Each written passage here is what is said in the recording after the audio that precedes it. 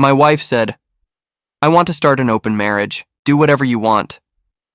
So I did exactly that. She thought I'd stay home, heartbroken, waiting while she went out to find herself. But when she came back and saw me with someone else, suddenly the open marriage wasn't such a spiritual journey anymore. Clara joined a women's empowerment group about a year and a half ago. At first, it was just self-help books and online workshops about letting go and setting boundaries. Then she met Evan, the life coach who ran the sessions. "Marriages fail because people refuse to evolve," she told me one night over dinner. Her phone kept buzzing beside her plate. She tilted the screen away every time I looked. Lately, she'd been getting home around 2 in the morning, smelling like a cologne I didn't recognize. Then came the conversation that changed everything. "I want to open our marriage," she said, holding my hands like it was some kind of emotional ceremony. "We should both be free to explore other connections." "You mean sleep with other people?" I asked. "It's not about sex, Ethan.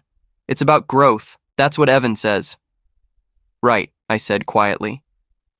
"So you get the marriage, the house, the shared bank account, but also the freedom to date whoever you want." "You have the same freedom," she said.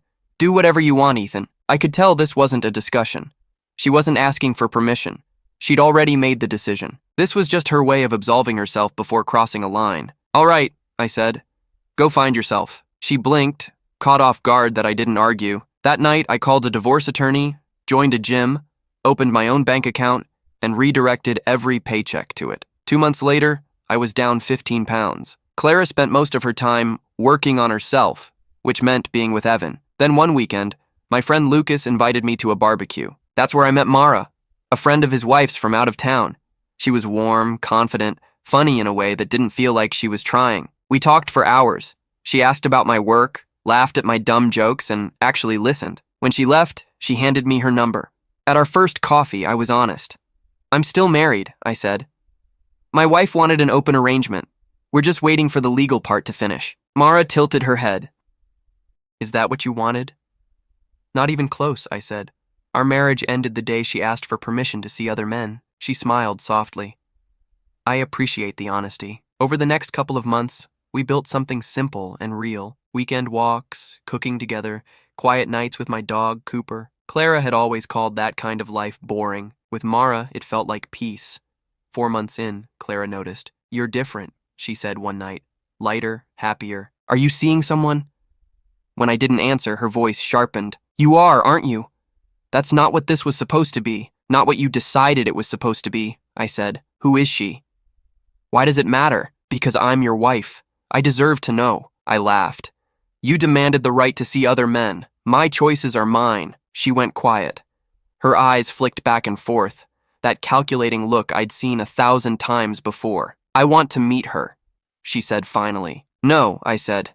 "This doesn't work without transparency." I couldn't help laughing again. "Transparency? From the woman who comes home at 2 a.m. smelling like Evan's cologne?" She straightened. "If you're seeing someone seriously, I need to know who she is." "Why? Because we share a mortgage? Because you need control?" "Mara isn't part of your life, Clara. She's part of mine." Her expression froze. "Mara," she repeated. "That's her name." I didn't answer. It didn't matter anymore. She kept pushing. "What does she do? Where did you meet her?" I stood up. "I'm taking Cooper for a walk." "Ethan, don't just walk away from—" But I was already out the door. The October air was sharp, clean. Cooper trotted happily beside me, blissfully unaware of human chaos. My phone buzzed. A message from Mara. "How was your day?" I smiled. 3 simple words. No agenda, no manipulation, just care. "Can I call you?" she texted. "Always." She answered on the second ring. "Hey, you," she said. "Hey, you sound tired. Clara wants to meet you." A pause. Then her calm voice. "What do you want?" That was Mara, always asking what I wanted. 7 years of marriage, and Clara had never asked me that once. "I don't know," I admitted. "Part of me wants to keep you far away from this mess. The other part thinks maybe it's inevitable." "Ethan," she said softly, "I'm not scared of your wife. If you think it's right, I'll do it. But it has to be your choice, not hers." Cooper stopped to sniff a tree.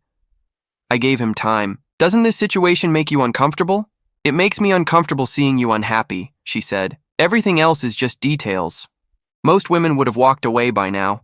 But Mara wasn't most women, and I wasn't the same man anymore. When I got home, Clara was sitting on the couch, scrolling her phone, probably texting Evan. "Let's have dinner," I said. She looked up. "What?" "A dinner. You, me, Mara, and Evan. If you want transparency, let's do it right." Her expression shifted from confusion to suspicion to something that looked a lot like fear. "You're serious?" she asked. "Completely. Saturday night. I'll cook." "Ethan, I don't think—" "You asked for openness," I said. "This is it." She hesitated, biting her lip, that old sign she was calculating risk. "Fine," she said finally. That Saturday, the stage was set. Saturday came faster than I expected. I spent the morning cooking. Mushroom risotto, Caesar salad, apple tart. Focusing on the food helped quiet my mind. Stirring, chopping, tasting. It was therapy disguised as dinner prep. At 6 o'clock sharp, Mara arrived. She wore a navy blue dress, simple and elegant. Her brown hair fell loosely around her shoulders. In one hand, she carried a bottle of wine. In the other, a box of dog treats. "For Cooper," she said with a smile. I couldn't show up empty-handed. I couldn't help smiling back. "You look amazing, and you smell like garlic," she teased, in a good way. I kissed her softly before letting her in. Then I heard heels on the stairs. Clara appeared. Red dress, high heels, perfect makeup. She looked like she was walking into an awards show, not dinner at home. The comparison was brutal. Mara looked effortlessly graceful. Clara looked rehearsed. "You must be Mara," Clara said, extending her hand with a smile that didn't reach her eyes. "And you must be Clara," Mara said politely. "Ethan's told me about you." "Oh, really? What has he told you?" "That you work in digital marketing," Mara replied smoothly. "That you're very dedicated to your career. Neutral. Perfectly neutral." "And what do you do?" Clara asked, clearly fishing. "I'm a veterinarian," Mara said. "I run a small clinic downtown." Clara's smile tightened. "Interesting." Her tone made it clear she found it anything but. Mara didn't flinch. "I've always loved animals. It's rewarding work." "It must be," Clara said, pausing. "Marketing's more fast-paced." "It sounds exhausting," Mara said, not unkindly. "Always chasing the next big thing." It wasn't an insult, but it wasn't a compliment either. The doorbell rang. Evan. I opened the door, and there he was. Tall, tan, with that perfectly practiced smile. His shirt was black silk, open 2 buttons too low. "Ethan," he said, extending his hand like we were old friends. I shook it once, firm and brief. "Evan." He stepped inside like he owned the place. Then, without hesitation, he kissed Clara on the lips, a territorial move if there ever was one. "And this must be the famous Mara," he said, turning to her. "Clara mentioned you were beautiful, but she undersold it." "Thanks," Mara said with a small, polite smile. "You're exactly what I pictured." He laughed, uncertain if it was a compliment. We sat down to eat. The risotto came out perfectly creamy. Even Clara, who usually picked at her food, went for seconds. "This is incredible," Evan said. "Who made it?" "Ethan," Clara answered. "You cook?" Evan asked, eyebrows raised. "That's unusual for a man." "Why?" Mara asked before I could. "Cooking is basic survival, not a gender role." He chuckled awkwardly. "Of course. I just meant it's refreshing to see a man comfortable with non-traditional tasks." "I don't see it as non-traditional," I said quietly. "I see it as caring for the people I love." Clara's fork froze halfway to her mouth. She said nothing, but I saw her processing that line. "The majority of men don't cook," she muttered finally. "Most men don't do a lot of things they should," I replied. "But that's not tonight's topic." Mara gently squeezed my hand under the table. Evan noticed. His fake smile faltered. "So, Mara," Evan said, changing tactics. "What's your opinion on open marriages?" "They can work," she said calmly, "for people who truly want them, but not everyone does." "And for you, would it work?" She tilted her head. "I wouldn't know. I've never been married." "But you're dating a married man," he said, smiling like he'd found her hypocrisy. "I'm dating a man who's divorcing," Mara said evenly. The table went silent. Clara's face went pale. "Divorcing?" she repeated, her voice cracking. "Ethan, what is she talking about?" I looked her straight in the eye. "The papers I signed 2 months ago, the ones waiting for your signature at the attorney's office." "I never agreed to a divorce," she said, voice trembling. "We agreed to an open marriage." "You agreed to an open marriage," I said. I agreed to give you what you wanted while preparing to leave. Her eyes filled with tears. That's manipulation. No, Clara. Manipulation is convincing someone they're not enough while sleeping with your life coach. Evan shifted in his chair, uncomfortable. Let's all take a breath, he said in his calm, rehearsed voice. Strong emotions cloud judgment. I turned to him. Save the therapy lines for your clients, Evan. Ethan, please, Clara whispered. You can't just decide something like this without your approval? I asked. You decided to open our marriage without mine. What's the difference? That was different, she snapped. In what way? She had no answer. Mara quietly set her fork down. I think it's time for me to go, she said gently. Dinner was wonderful, Clara. Truly enlightening. Evan didn't offer his hand as she stood. He just nodded stiffly. I walked her to the door. Behind us, Clara's voice was breaking, demanding explanations. Outside, Mara turned to me. Are you okay? Better than I've been in years. Call me when it's over, she said softly. Then she kissed me and left. When I came back, Clara was crying on the couch. Evan sat beside her, looking like he wanted to be anywhere else. Why? She sobbed. Why are you doing this? Because I deserve to be happy, I said. And you taught me I wouldn't be with you. I still love you, she whispered. No, I said. You love the idea of having me. Evan stood up awkwardly. I think I should go. This feels like a private moment. Clara turned on him. You're leaving? Now? He shrugged. You need space to process with Ethan. We'll talk tomorrow. And just like that, he was gone. Clara stared at the door, tears streaking her mascara. Something in her expression changed. The first hint of realizing she'd finally lost control. I sat across from her. The divorce papers are fair. 50-50 split. You can keep the house. I already found an apartment. I don't want a divorce, she said. That's not up to you anymore. Is it because of her? It's because of me, I said. Mara came after, but the decision came the night you told me to do whatever I wanted. Clara didn't speak. I gathered the plates and took them to the sink. The risotto had gone cold, but I packed it away anyway. It was too good to waste. When I came back, she was gone, upstairs behind a closed door.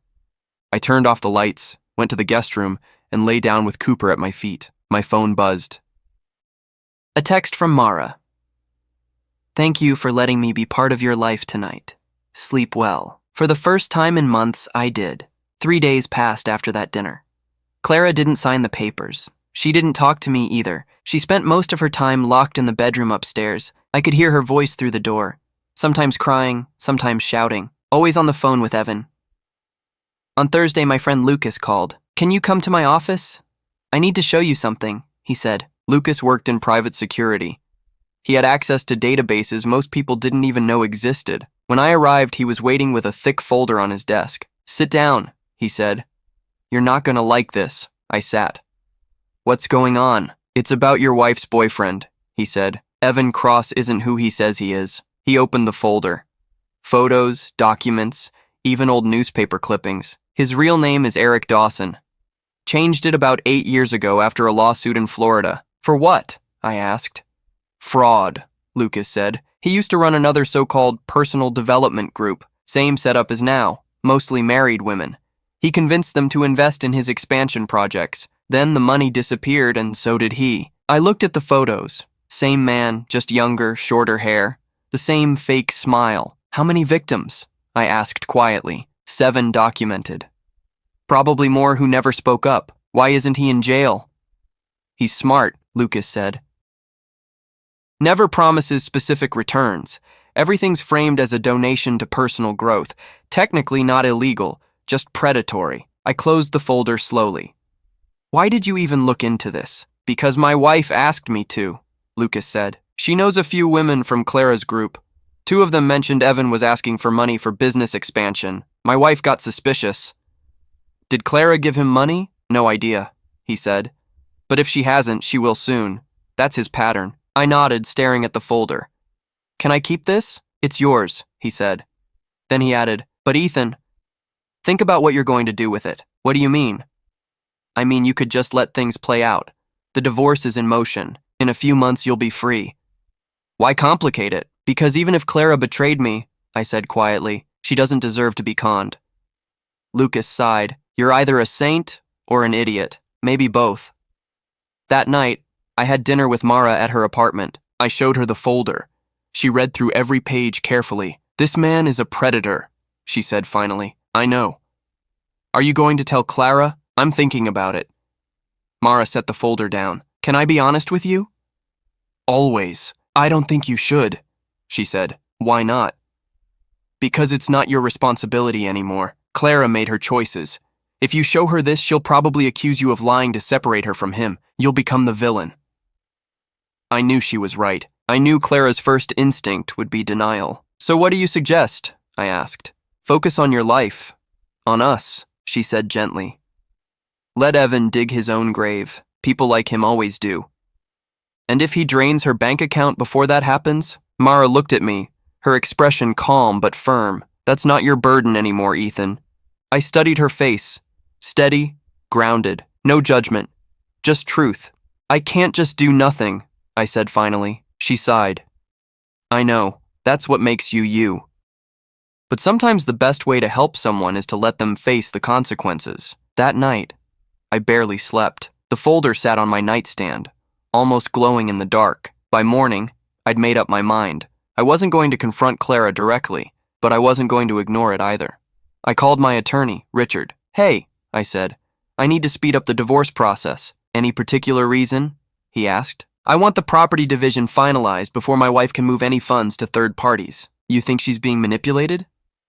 "I know she is," I said, "but I can't prove it yet." "I can file to expedite," Richard said, "but she still needs to sign." "I'll handle that," I said. When I got home that evening, Clara was in the kitchen, the first time I'd seen her downstairs in days. "We need to talk," she said. "All right." She sat down, eyes tired, makeup barely covering the dark circles beneath them. "Evan thinks we should try couples therapy," she said. "Clara, we're getting divorced." "It doesn't have to end like this," she said quickly. "We could fix things." "Evan thinks that?" I asked. "The man you're sleeping with wants us to save our marriage? He says he made a mistake, that he pushed me too far," she said. "He only wants what's best for me." I almost laughed. "Almost." "Clara," I asked carefully, "has Evan asked you for money?" Her expression changed immediately. "What?" "It's a simple question. Has he? That's none of your business." "So yes," I said. "It's an investment," she said defensively. "He's expanding his program to other cities. It's an amazing opportunity." "How much?" "I'm not—" "How much, Clara?" She looked away. 50,000. I felt the air leave my lungs. "Have you given it to him?" "Not yet. I just need to move some funds first." I stood, went to my briefcase and pulled out the folder. I set it in front of her. "What's this? Read it." She opened it, flipping through the pages. Her face changed as she went. Confusion, denial, then panic. "This is fake," she said. "It's not. His real name is Eric Dawson. He's done this before. Look at the dates, the victims. You can call them if you want." "I won't," she said. "Sandra Miller," I said quietly. "Lost 70,000. Her number's on the last page." Clara stared at the folder like it might bite her. "Why are you showing me this?" "Because even if I don't love you anymore, I don't want to watch you get destroyed." She was silent for a long time. Finally, she whispered, "I need to think." "Take all the time you want," I said. "Just don't give him that money." I left her at the table and went to the guest room. Cooper followed me, curling up at my feet. An hour later, I heard the front door open and close. Clara was gone. I called Mara and told her what happened. She reacted exactly like I expected, I said. Denial first. But I saw the doubt in her eyes. "She'll confront him," Mara said. "Be careful. That could be dangerous." "I know," I said. "But I can't protect her from herself anymore." Mara sighed softly on the other end. "You did the right thing, Ethan. Even if she can't see it yet. Do you really think so?" "I do. Now come over. I'll make you dinner." I grabbed my keys. Cooper watched from the window as I left. I didn't know what would happen next, whether Clara would believe me or run straight back to him, but at least I'd done my part. The rest was up to her. 2 days passed before I heard anything from Clara. Then, out of nowhere, I got a call from an unfamiliar number. "Ethan," a woman said, "this is Melissa. I'm part of Clara's group, the one Evan used to run. She's at my house right now. I think you should come." My stomach tightened. What happened? It's better if you see for yourself. She gave me her address. 20 minutes later, I was knocking on her door. Melissa opened it with an anxious look. She's in the guest room, she said quietly. She hasn't eaten since yesterday. What happened with Evan? I asked. Melissa hesitated. Clara confronted him with the documents you gave her. He denied everything. Said you forged it all to turn her against him. But Clara did something none of us ever had the courage to do. What's that? She called one of the women listed in the file, Sandra Miller. I froze. And they talked for 2 hours. Sandra confirmed every detail. Same pattern, same promises, even the same favorite restaurant. Clara was shattered. I exhaled slowly. Can I see her? Try, Melissa said, but be gentle. She's not herself. I walked down the hallway and knocked softly. Clara, it's me. Silence. Melissa called. I just want to make sure you're okay. After a few seconds, the door opened a few inches. Clara stood there, pale and hollow-eyed. Her hair was tangled, her makeup gone. She looked like someone who hadn't slept in days. You were right, she said hoarsely. I'm so sorry. I shook my head. Don't apologize. I was an idiot, she whispered. Sandra told me things he said to her, word for word. You're special. I've never met anyone like you. We're going to change the world together. It's like he had a script. He did, I said quietly. She sat down on the edge of the bed. I stayed by the door, giving her space. Do you know what hurts the most? She asked after a while. It's not the money. It's not even the cheating. It's realizing how easy it was for him to manipulate me. I thought I was getting stronger. I was just getting weaker. Clara. Please, let me finish, she said. For 18 months, I believed I was evolving, that I was becoming my true self. But every breakthrough, every revelation, it was him. His words, his control. Have you talked to the other women? I asked. She nodded. Melissa organized a meeting last night. There were 6 of us. Every single one had the same story. We all thought we were special.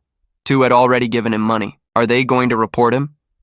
They can't prove anything, she said. He never promised financial returns. Just contribution to the mission. It's legal fraud disguised as spirituality. I sat in a chair across from her. What are you going to do now? I don't know, she said. I can't go back to that group. I can't even look at myself in the mirror. But I can't pretend the last 18 months didn't happen either. They happened, I said softly. But you learned something. What did I learn? That you're human, I said. That you can be fooled, like anyone else. It doesn't make you weak. She gave a shaky laugh. Why are you being kind to me after everything I did? Because anger doesn't help anyone, I said. And I'm not better than you. I just saw what you couldn't. Clara wiped her eyes. Mara's lucky to have you. I didn't respond. Ethan, she said after a pause, I'm going to sign the divorce papers. You're sure? Yes, you were right. We ended a long time ago. I just didn't want to admit it. Take your time, I said. You don't have to rush. I'm not rushing, she said. I'm finally stopping. She stood, walked to the window, and stared out at the gray afternoon light. You know what Sandra told me before we hung up? What? She said it took her 3 years to recover, 3 years of therapy, rebuilding her trust, her self-esteem. She told me the first few months are the hardest. And what did you say? I asked. I told her I've wasted enough time on Evan. I'm not giving him 3 more years. For the first time in months, I saw a glimpse of the old Clara, the determined woman I fell in love with years ago, the one who built a career from scratch. That's the right attitude, I said. She turned to me, tears still in her eyes but steadier now. Thank you for showing me the truth. You didn't have to. I didn't do it for you, I said honestly. I did it because it was right. She nodded. That makes it mean more. My phone buzzed. A text from Mara. Everything okay? I typed back quickly. I'll explain later. Is that her? Clara asked. Yes. Do you love her? The question caught me off guard. It's too soon to talk about love, I said. But could you? Yes, I said quietly. I could. Clara nodded. Then don't lose her. Don't make the same mistake I did, thinking there's always time to appreciate what you have. I stood by the door. Do you need anything? No, she said softly. Melissa's taking care of me. If you change your mind about the papers, let me know. I won't, she said. Not this time. I left the room and found Melissa waiting in the living room. How is she? She asked. better than I expected, I said. She'll need time, but she's strong. Melissa nodded. She told me something you should know. What's that? Evan knows you gave her those documents. He's furious. Told one of the women yesterday that you're going to pay for ruining his reputation. I took a deep breath. He said that? Word for word, she said. Be careful. I will. That night, I drove to Mara's clinic. She was closing up when I arrived. You look tense, she said. It's been a long day, I admitted. Over dinner, I told her everything. The meeting, Clara's breakdown, Evan's threat. Do you think he's dangerous? She asked. I don't know, I said. He's a manipulator, but when people like that lose control, they can get unpredictable. Do you want me to stay with you for a few days? She asked. I shook my head. No, I won't let him control how we live, Ethan, she said gently.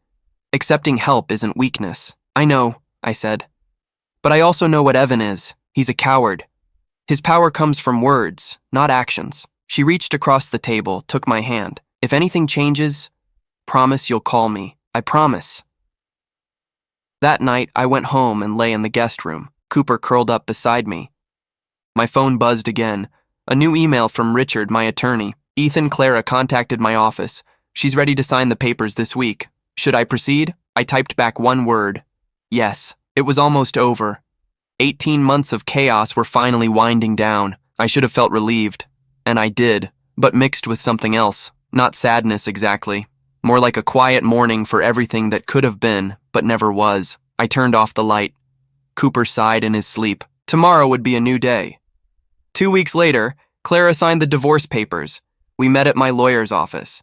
She arrived exactly on time, wearing a plain gray sweater and jeans. No red dress, no heavy makeup, just Clara. Quiet, tired, human again. Before signing, she looked at me. I'm not going to fight you for anything, she said. The 50-50 split is fair. Thank you, I said. And I want to apologize for everything I put you through. Richard, my attorney, cleared his throat. Would you like me to step out for a moment? No, I said. We can finish this. Clara nodded and began signing each page. Her handwriting was steady, not trembling. When she finished, she placed the pen down and exhaled. That's it? She asked quietly. That's it, I said. We walked out of the building together. The November sun was bright but cold. What are you going to do now? I asked. I found a small apartment near my job, she said. I'm moving next week. The group's still meeting, but without Evan. We turned it into a support circle instead of a growth seminar. That's good, I said. She smiled faintly. Ethan, can I ask something personal? Go ahead. Are you serious about Mara? Yes, I said. Very. Are you going to introduce her to your family? I already did. We had dinner with my parents last weekend. Clara gave a small laugh. Your mom always wanted you to end up with someone normal. She likes Mara, I said. My dad too. Your dad never liked me, she said, half joking, half true. He just saw things I didn't want to see back then, I said. Clara nodded, looking out at the street. Take care of her, Ethan, and let her take care of you. I will, I said. We shook hands. No tears, no drama. Just two people closing a long, painful chapter. That night, I hosted a small dinner at home. The first since Clara moved out. Lucas and his wife came, along with Mara. We cooked together. Pasta, salad, garlic bread. The house felt different. Warmer, alive again. You look good, Lucas said, clinking his glass. Better than you've looked in months. I feel good, I said. The evening was easy.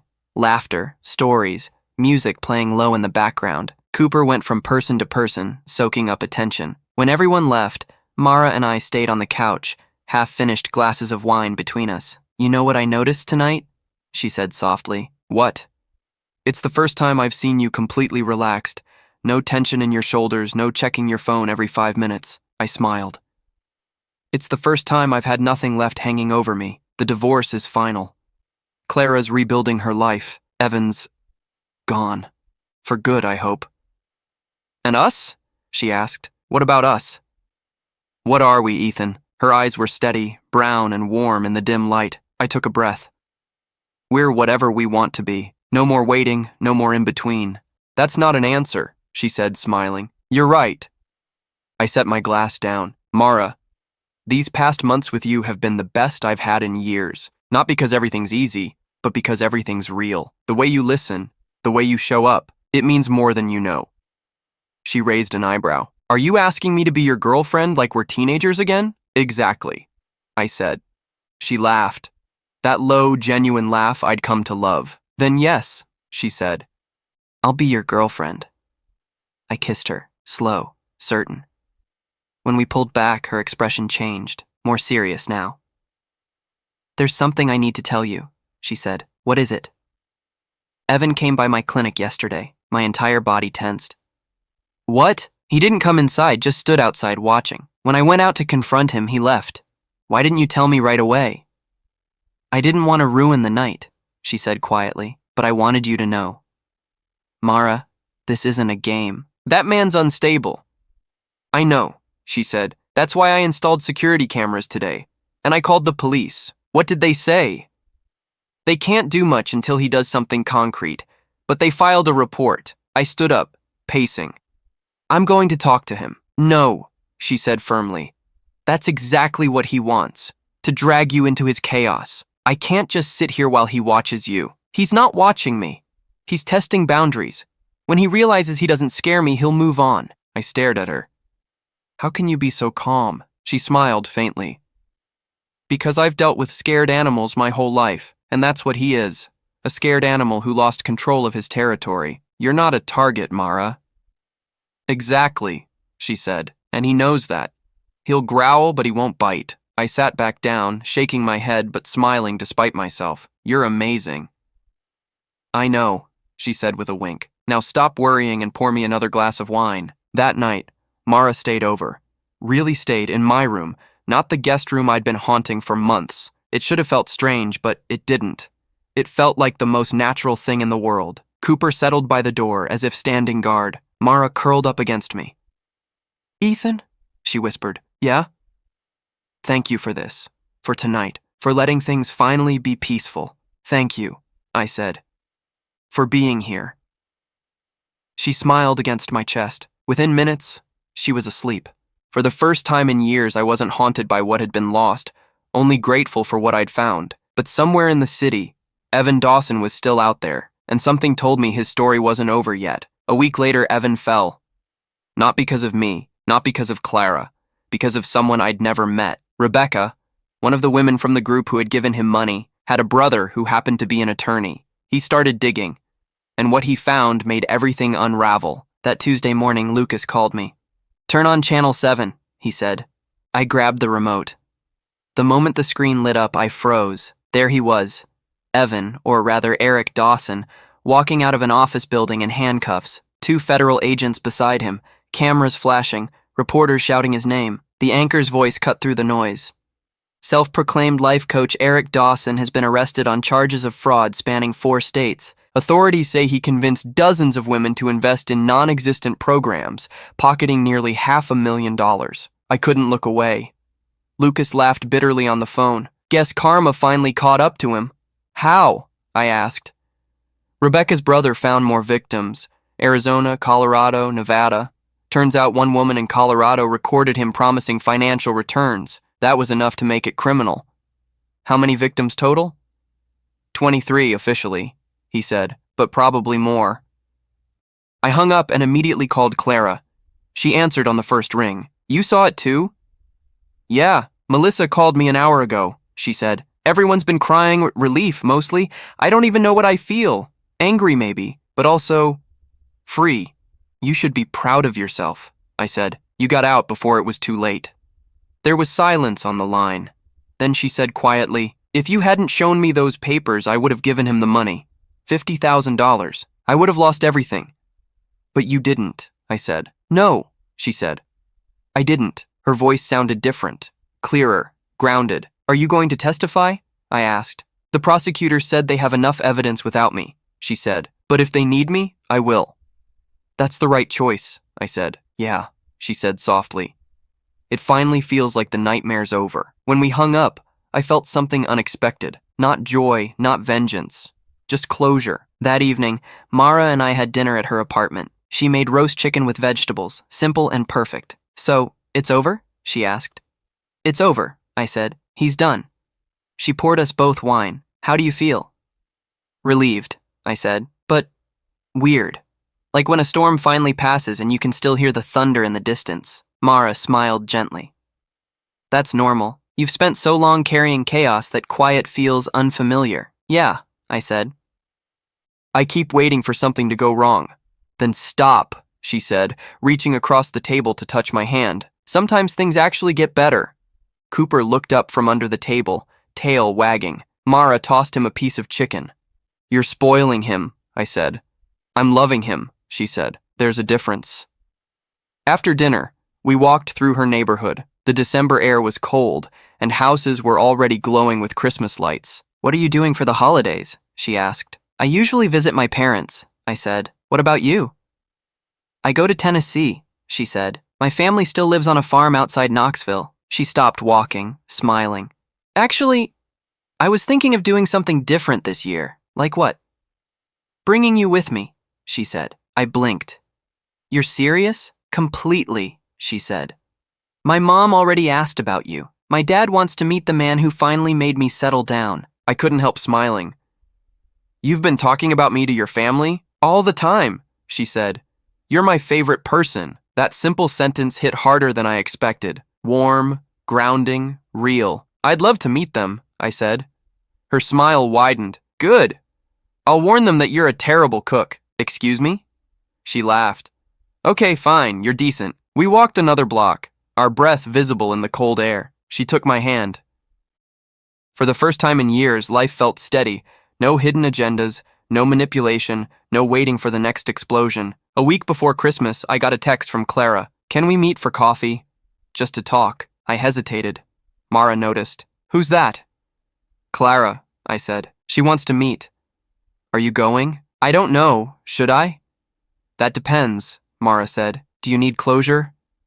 I thought about it for a moment. Maybe. Then go, she said simply. I'm not jealous of ghosts, so I went. We met at a small cafe near her new apartment. She was already there, sitting by the window, a paper bag beside her. Thanks for coming, she said when I sat down. What's up? Nothing dramatic, she said quickly. I just wanted to give you this.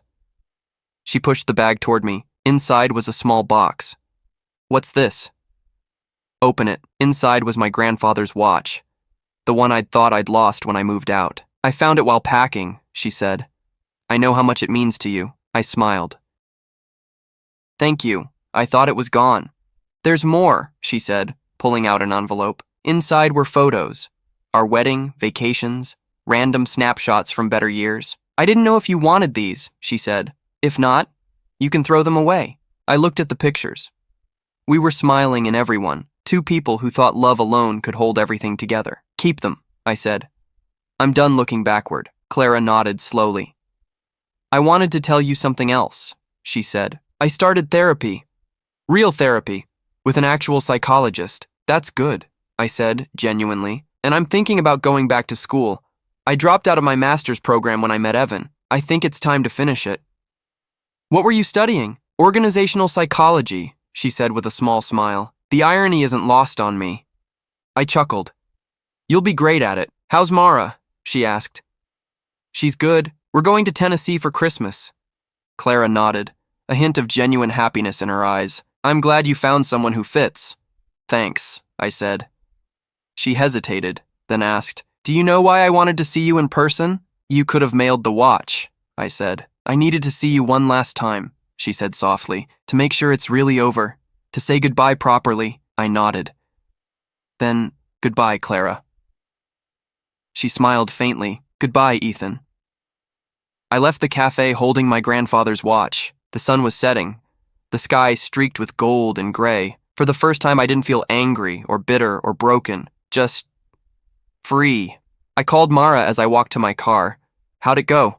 She asked. She gave me my watch, I said, and said goodbye. How do you feel? Like the last page finally turned. Then come home, she said softly. I'm waiting. I smiled. On my way. 6 months later, I moved to Tennessee. It wasn't a rash decision. Mara and I talked about it for weeks. She had her clinic there, her family, her life. I had a job that allowed remote work and no real reason to stay behind. So I sold the house I'd shared with Clara, packed what mattered, and drove south with Cooper riding shotgun. We took 2 days to get there, stopping at small motels that allowed dogs. It was the kind of quiet road trip I'd always wanted but never taken. Long stretches of highway, music low, the air smelling like freedom. When we pulled into Mara's family farm, she was waiting on the porch. "Welcome home," she said. 3 simple words. They meant everything. The first months were an adjustment. Tennessee was nothing like the city. Slower, greener, softer around the edges. At first, I missed the noise. Then I realized how peaceful silence could be. I found work with an engineering firm in Nashville, 3 days a week in the office, the rest from home. Our home was a small ranch house about 20 minutes from Mara's clinic. Cooper thought he'd gone to heaven.